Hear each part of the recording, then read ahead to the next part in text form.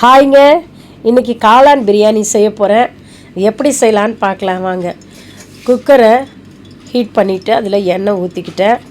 அந்த எண்ணெய் ஊற்றினதுக்கப்புறம் அதில் கொஞ்சோண்டு சோம்பு போடணும். சோம்பு போட்டுட்டு அது கூட பட்டை, கிராம்பு, ஏலக்காய், அன்னாச்சிப்பூ, இந்த பிரிஞ்சி இலை இது எல்லாத்தையும் அதில் போடணுங்க. நம்ம என்னென்னா பிரியாணிக்கு தாளிப்புலாம் போடுவோமோ அந்த வாசனை பொருள்லாம் அது எல்லாத்தையும் உங்கள்கிட்ட என்னென்ன இருக்கோ அதெல்லாம் போடுங்க. போட்டுட்டு அது கூடவே வெங்காயத்தை போட்டுடணும். இந்த டைமில் வெங்காயத்தை போடுறப்ப வெங்காயம் நல்லா வதங்கிடும். அதுக்காக தான் இந்த டைமில் போடணும். வெங்காயம் கூட சேர்த்துக்கணும். பச்சை மிளகாவும் கூட போட்டுக்கணும். போட்டுட்டு அது கூட நல்லா கொஞ்சம் உப்பு போட்டுக்கணும். உப்பு போட்டு நல்லா வதக்கணும். அது நல்லா வதங்கட்டுங்க. அதுக்கப்புறம் இஞ்சி பூண்டு பேஸ்ட்டு நம்ம ரெடியாக எடுத்து வச்சுருக்கணும்.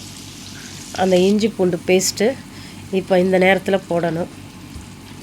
இஞ்சி பூண்டு பேஸ்ட்டையும் போட்டு நல்லா வதக்கணுங்க. அந்த பச்சை ஸ்மெல்லு போகிற வரைக்கும் அந்த இஞ்சி பூண்டு பேஸ்ட்டு வதக்கணும். அது கூடவே கருவேப்பிலை போட்டுக்கணும். இந்த டைமில் கருவேப்பிலை போடுறப்ப அந்த பச்சை தன்மை அப்படியே இருக்கும், பசுமையாக தெரியும். அது கூட தனி மிளகாத்தூள் ஒரு அரை ஸ்பூன், தனியாத்தூள் ஒரு அரை ஸ்பூன், கறி மசாலா தூள் ஒரு அரை ஸ்பூன் போட்டுக்கணுங்க.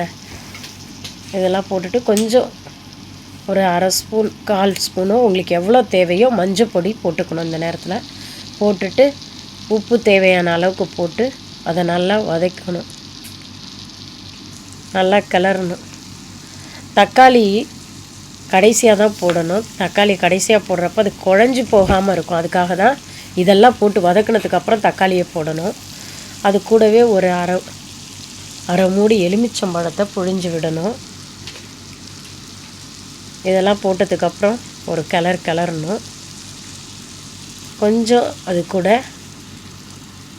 தயிர் சேர்த்துக்கணும். நான் ஒரு கிளாஸ் அரிசிக்கு 1 கிளாஸ் பாஸ்மதி அரிசி எடுத்து வச்சுருக்கேன். அதுக்கு ஒரு ஸ்பூன் 1.5 ஸ்பூன் தயிர் போதும். ஒரு அரை மூடி லெமன் போட்டாலே போதும்.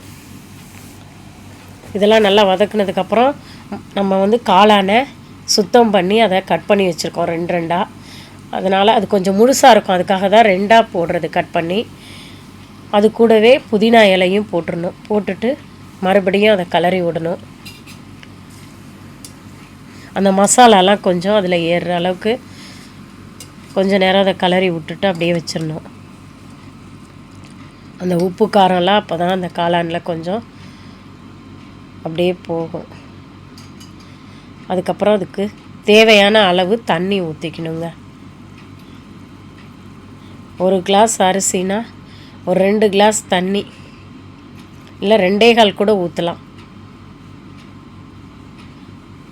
தண்ணியை ஊற்றிட்டு அது நல்லா கொதி வரணும். கொதி வந்ததுக்கப்புறம் அரிசியை கழுவி க்ளீன் பண்ணி அந்த தண்ணி இல்லாமல் இருத்து வச்சுக்கணும். இப்போ அந்த பாஸ்மதி அரிசி தான் நான் எடுத்திருக்கேன். உங்களுக்கு பாஸ்மதி அரிசி வேணும்னாலும் நீங்கள் போட்டுக்குங்க, இல்லை சீரக சம்பா அரிசி இருந்தாலும் போட்டுக்குங்க. சீரக சம்பா வைக்கிறீங்கன்னா தண்ணி கொஞ்சம் கம்மியாக வைக்கணும். இப்போ நான் அரிசி அதில் போட்டுட்டேன்.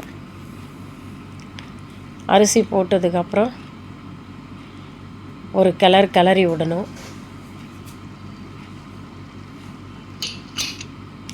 இப்போ தண்ணியும் அரிசியும் ஒரே லெவல் வர டைமில் நம்ம மூடியை போட்டுடலாம். குக்கர் மூடியை போட்டுட்டு அதுக்கப்புறம் விசில் போட்டுட்டு ஒரு 2 விசில் வந்ததும் இறக்கிட வேண்டியதான். 1 ஸ்பூன் நெய் ஊற்றி இறக்கிடலாங்க. புதினா இலை இருந்ததுன்னா மேலே கொஞ்சம் மறுபடியும் தேவைன்னா போட்டுக்கலாம். அது கூட நீங்கள் முட்டை, அப்புறம் வெங்காயம் தயிர் போட்ட பச்சடி, உங்களுக்கு எது பிடிக்குமோ, கத்திரிக்காய் வேணுனாலும் பச்சடி பண்ணிக்கலாம். நீங்களும் செஞ்சு சாப்பிட்டு பாருங்கள்.